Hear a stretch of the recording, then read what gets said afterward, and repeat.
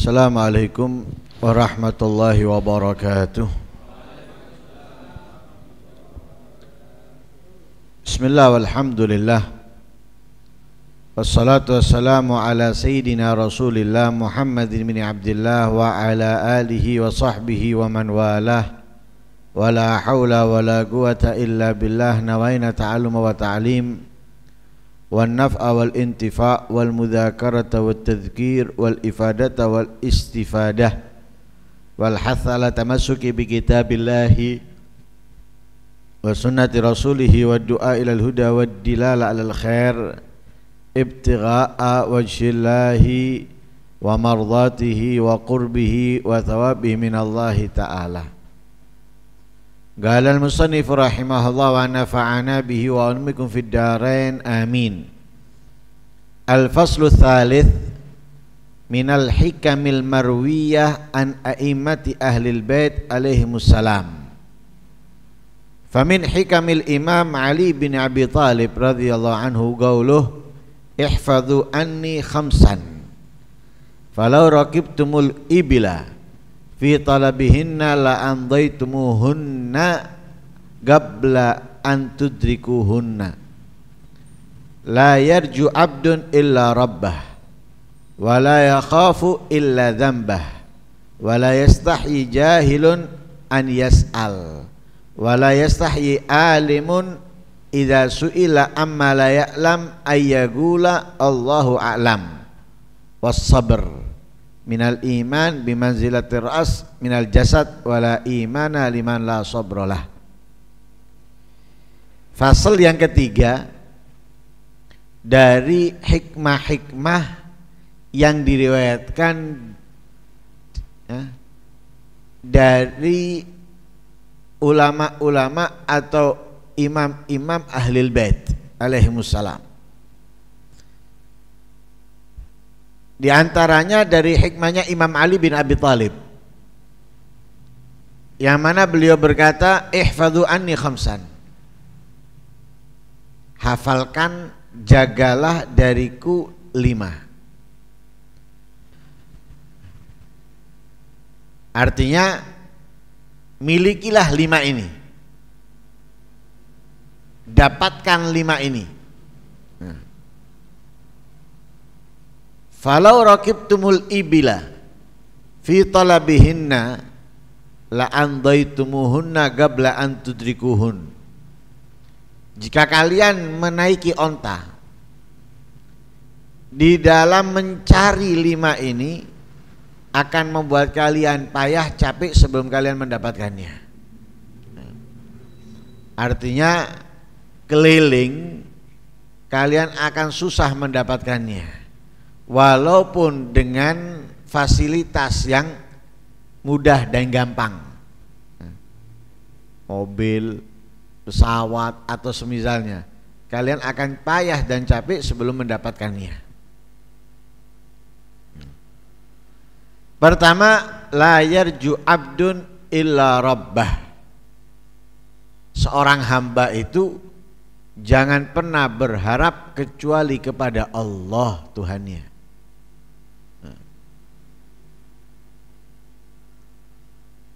Kalau berharap kepada makhluk, makhluk itu sendiri masih menggantungkan harapannya kepada Allah. Nah, kita berharap kepada orang yang masih berharap. Apalagi terkadang orang itu berharap bukan kepada Allah tapi kepada makhluk.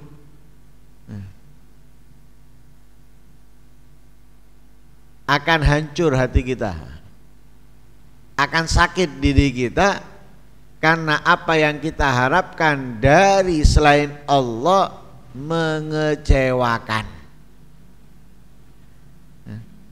tidak akan menyenangkan.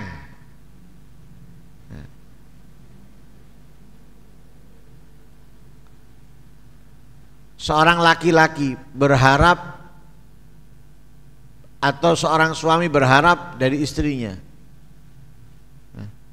berapa banyak akhirnya suami tadi itu kecewa. Seorang suami berharap, seorang istri berharap kepada suaminya. Berapa banyak juga seorang istri kecewa. Orang tua berharap kepada anaknya. Berapa banyak juga orang tua kecewa. Berapa banyak anak berharap kepada orang tuanya kecewa. Berapa banyak guru mengharap kepada muridnya atau murid kepada gurunya kecewa.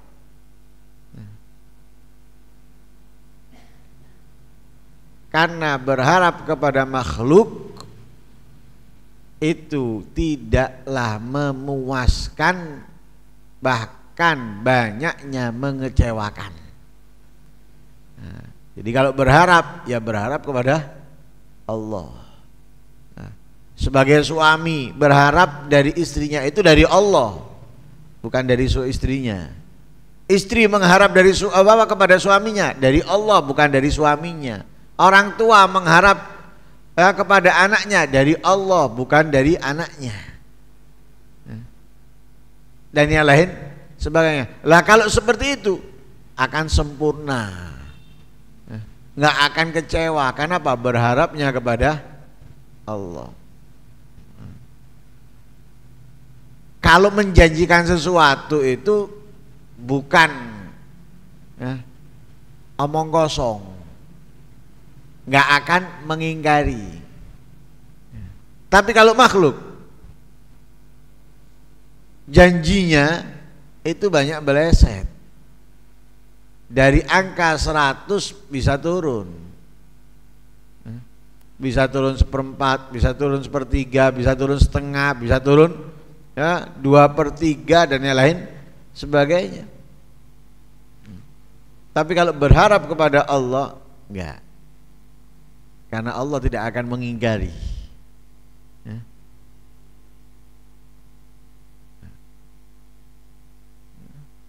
Sangat mudah kalau kita berharap kepada pilihan kita. Berharap kita, wah, setelah kita berharap besar dari dia, kemudian sama sekali atau hanya kecil harapan kita ke dia itu terwujud, selainnya tidak. Banyak, tidak sedikit. Wow, dikecewakan dia. Nah, karena itu jangan sesekali-kali kita berharap kepada selain Allah. Berharap hanya kepada Allah. Yang kedua, wala yakhafu illa dzambah. Jangan ada yang kamu takuti kecuali dosamu. Hendaknya seorang hamba itu hanya takut kepada dosanya. Takut dosa itu berarti takut kepada yang melarangnya, yaitu Allah Subhanahu wa ta'ala. Nggak mau celaka.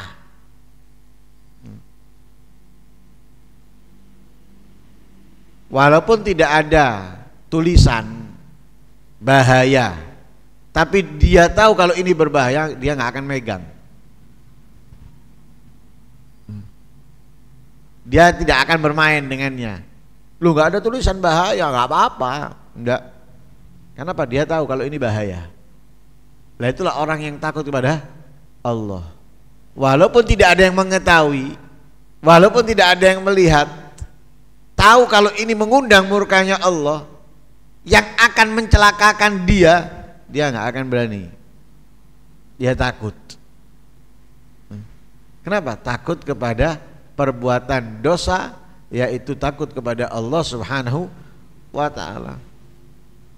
Nah, karena itu artinya takut itu seperti yang dikatakan oleh Imam Dhunnun al-Musri, artinya takut itu menghindar, menjauh, bukan malah melakukan.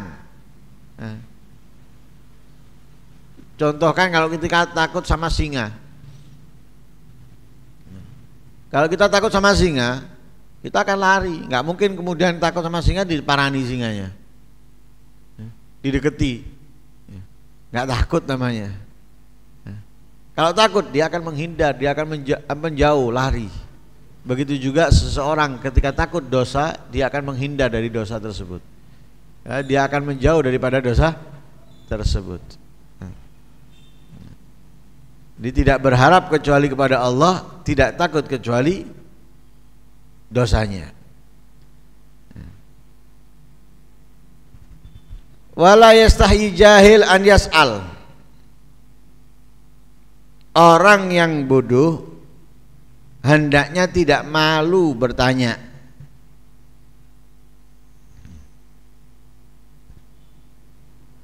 Tapi orang yang merasa dirinya bodoh. Ada orang bodoh tapi nggak merasa kalau dia bodoh. Nah, itu repot. Karena dia nggak akan bertanya.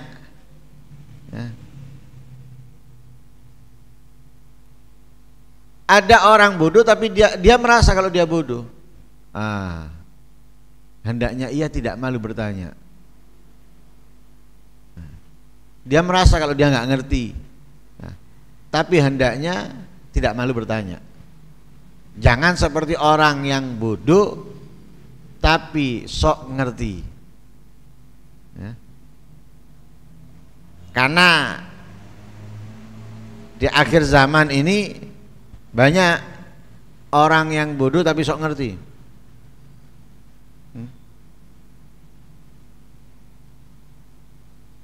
Karena apa? Karena di akhir zaman itu orang digampangkan untuk mengikuti atau menjadikan seorang panutan. Padahal orang yang dijadikan panutan itu tidak layak dijadikan panutan. Itu sesuai dengan hadisnya Rasulullah. Innallaha yantazi'ul ilma intizaan. Allah itu akan mencabut ilmu. Lah mencabut ilmu itu bukan ditiadakan ilmu dari bumi, enggak. Dicabutnya itu dengan apa? Bigabdil ulama. Dengan meninggalnya para ulama. Kemudian ulama ini meninggal, ulama itu meninggal. Orang-orang umumnya, awamnya ittakhadhan nas ru'asa juhala. Nanti dia akan mengangkat seseorang menjadi pemimpin, tapi pemimpin dari orang-orang yang juhal, bodoh, orang yang nggak ngerti. Banyak kan sekarang yang dijadikan panutannya itu, yang dijadikan idolanya itu orang-orang jahil, orang-orang bodoh. Tapi pakaian ulama,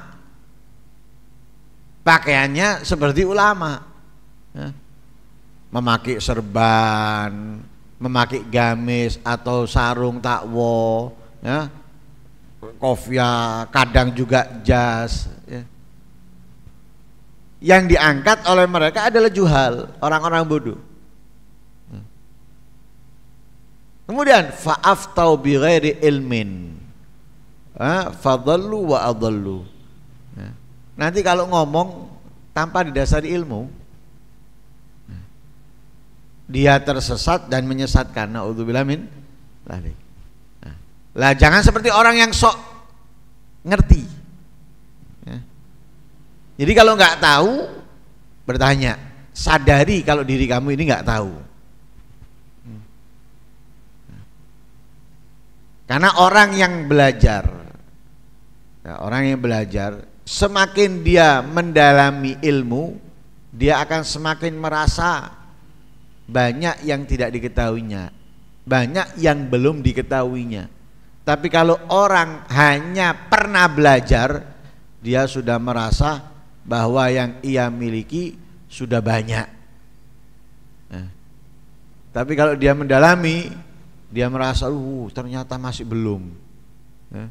Ibarat orang itu ternyata si ecek si aneh. Kita belum menyelam ini, sedangkan ini dalam. Kita masih aja di atas masih. Ini kalau orang yang menyelaminya, mendalami. Tapi kalau orang yang sudah situ tok, ya sudah, dia merasa sudah banyak ilmunya.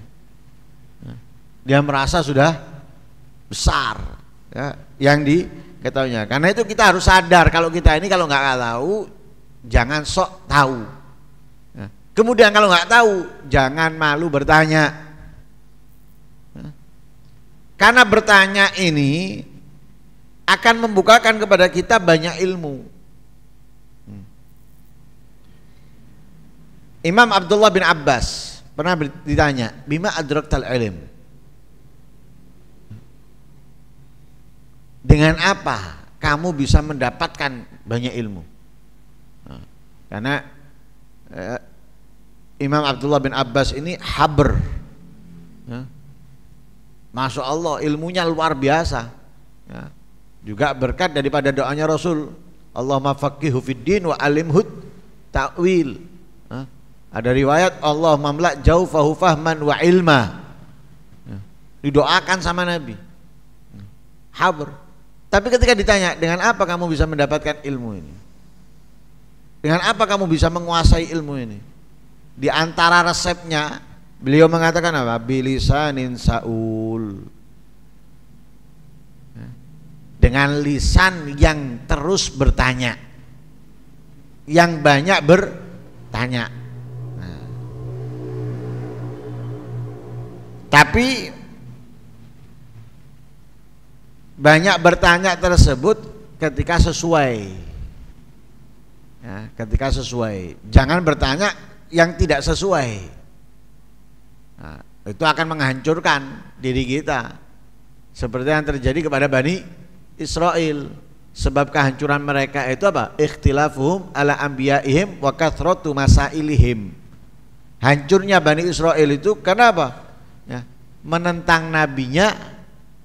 Kemudian banyak bertanya untuk sesuatu yang tidak penting, ya, yang tidak berguna. Nah, jadi melawan nabinya dan juga banyak bertanya sebabnya. Nah, contohnya seperti ketika Allah memerintahkan menyembelih sapi, nah, suruh nyembelih sapi, nggak ada pilihan di situ, sembelihlah sapi. Allah tidak menyatakan jantan atau betina, warnanya A, warnanya B, enggak. Sapi. Mudah, gampang, pokoknya sapi. Tapi mereka tanya,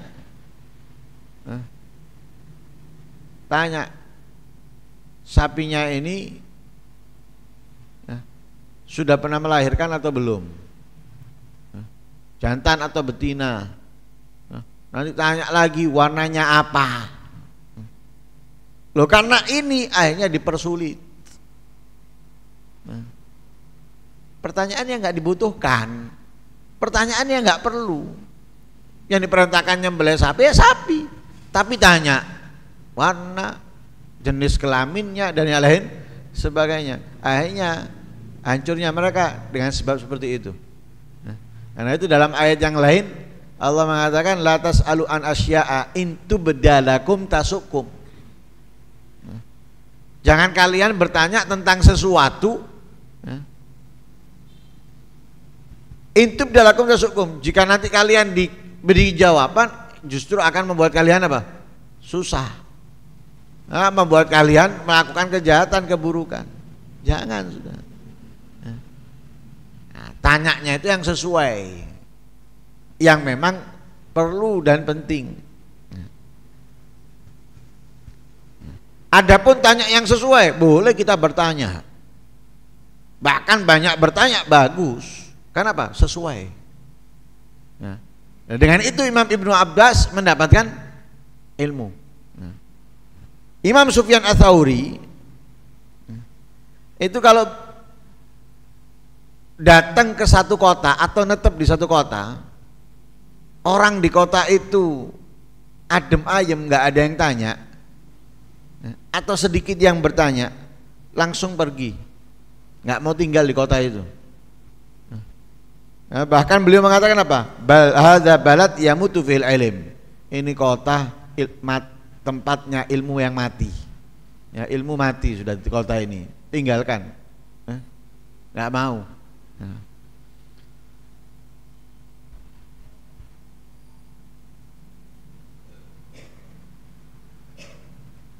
Jadi kalau kita nggak ngerti, hendaknya bertanya.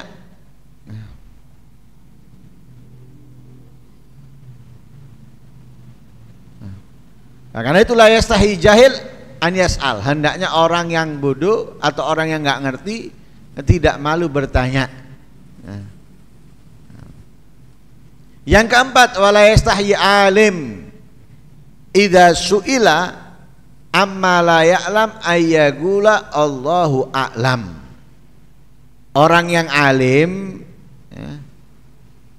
hendaknya ia tidak malu mengatakan kata-kata Allahu a'lam atau la adri, aku nggak tahu, ketika dia ditanya tentang sesuatu yang tidak ia ketahui. Ditanya sesuatu itu tidak diketahuinya, jangan malu. Orang yang ngerti jangan malu untuk mengatakan waduh aku nggak tahu atau wallahu a'lam, jangan malu. Kenapa? Ilmu ini luas. Orang kaya punya banyak harta atau orang yang tinggi jabatannya belum tentu dia bisa melakukan semuanya yang dia inginkan. Nggak bisa, terbatas. Karena apa? Di dalam kekayaan dia ada orang yang lebih kaya, yang lebih menguasai. Di dalam jabatan dia ada orang yang di atasnya yang menguasai, sehingga memiliki batasan. Nah, ilmu juga gitu. Orang yang alim, nggak semua orang yang alim kemudian bisa menjawab. Terkadang ada yang tertinggal. Ada yang tertinggal. Bahkan mereka walaupun ngerti itu loh, walaupun ngerti, terkadang mereka itu nggak mudah kemudian menjawab semua pertanyaan. Contohnya apa? Beberapa ulama seperti Imam Syafi'i atau Imam Syafi'i, Imam Malik. Imam Syafi'i pernah melihat dan menyaksikan Imam Malik ditanya tentang 48 masalah. 48 masalah Imam Malik, gurunya Imam Syafi'i. Bayangkan, gurunya Imam Syafi'i. Ya, sejak kecil usia masih di bawah 10 tahun sudah hafal Al-Qur'an. Usia sekitar 10 tahunan atau lebih sedikit sudah hafal Muwatta dan lain sebagainya, sudah hafal hadis dan lain sebagainya. Lah Imam Malik ini yang dari kecilnya dengan ilmu, ketika ditanya 48 masalah itu yang dijawab hanya 2. Sisanya beliau mengatakan apa? La adri.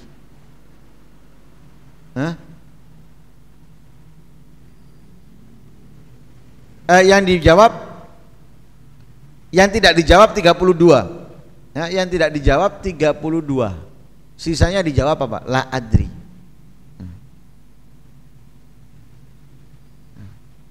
Nah, karena itu hendaknya kalau saya enggak ngerti, enggak usah malu ngomong enggak ngerti.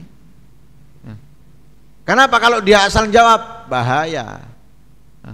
Orang yang punya ilmu aja enggak semua pertanyaan itu dijawab. Seperti Imam Malik tadi itu. Dari 48 yang ditinggalkan 32 ya. Bahkan Imam Ibnu Mas'ud dan Imam Ibnu Abbas beliau mengatakan apa? Man afta an kulli ma yus'al fahuwa majnun ya. Kalau ada orang yang selalu menjawab dari apa yang ditanyakan kepadanya, itu orang gila. Orang gila. Lah Nabi sendiri mencontohkan kepada kita. Nabi itu kalau ditanya sering menjawab la adri atau Allahu a'lam. Dan itu pun terjadi kepada para sahabat. Ada para sahabat.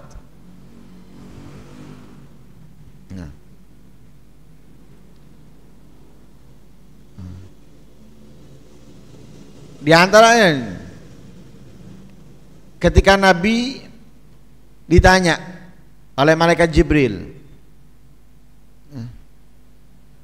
an khairil biqa fil ardi wa syarriha, tentang tempat yang paling baik atau tempat yang paling buruk di bumi. Nabi menjawab apa? La adri, aku nggak tahu. Aku nggak ngerti. Sehingga apa? Turun Jibril.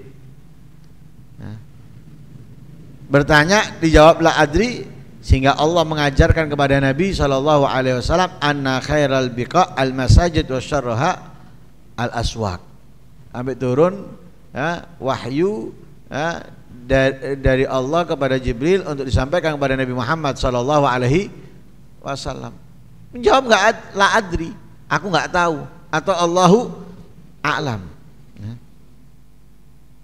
Sehingga dikatakan dalam sebuah syair, kam bila adri ajabal Mustafa hatta atahul wahyu wa illa waqafa.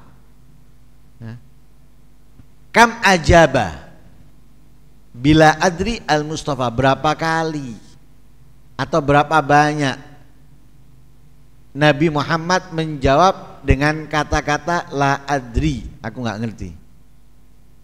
Hatta atahul wahyu, sehingga datang kepadanya al wahyu, wa illa, jika tidak datang waqafa, berhenti Nabi, nggak menjawabnya, nggak mengatakannya. Sehingga orang yang bodoh jangan malu untuk bertanya. Orang yang alim jangan malu untuk mengatakan tidak tahu kalau memang dia nggak tahu. Wasabru minal iman bimanzilati ra'as minal jasad. Sabar itu dari keimanan seperti kedudukan kepala daripada jasad. Tidak ada keimanan jika orang tidak memiliki kesabaran. Sabar yang kelima adalah sabar. Dalam ingin mendapatkan sesuatu yang mulia butuh kesabaran. Butuh sabar dalam menjalankan ibadah ketaatan, dengan sholatnya, dengan Al-Qur'annya, dengan berdoanya, butuh sabar. Dengan mencari ilmunya, melakukan kebaikan ini kebaikan, itu sabar. Karena kesabaran itu termasuk daripada keimanan. Kedudukan sabar itu seperti kepala dari jasad manusia. Iman tidak akan hidup tanpa adanya kesabaran. Wallahu alam, semoga Allah Subhanahu wa taala menganugerahkan kepada kita selalu berharap kepada Allah, takut kepada atas dosa-dosa kita, dan semoga Allah anugerahkan kepada kita ilmu yang bermanfaat, ilmu yang bisa menuntun kita untuk dekat dengan Allah dan Rasulnya. Amin Allahumma amin. Wa sallallahu ala sayyidina Muhammadin wa ala alihi wa sahbihi wa sallam. Alhamdulillahi rabbil alamin.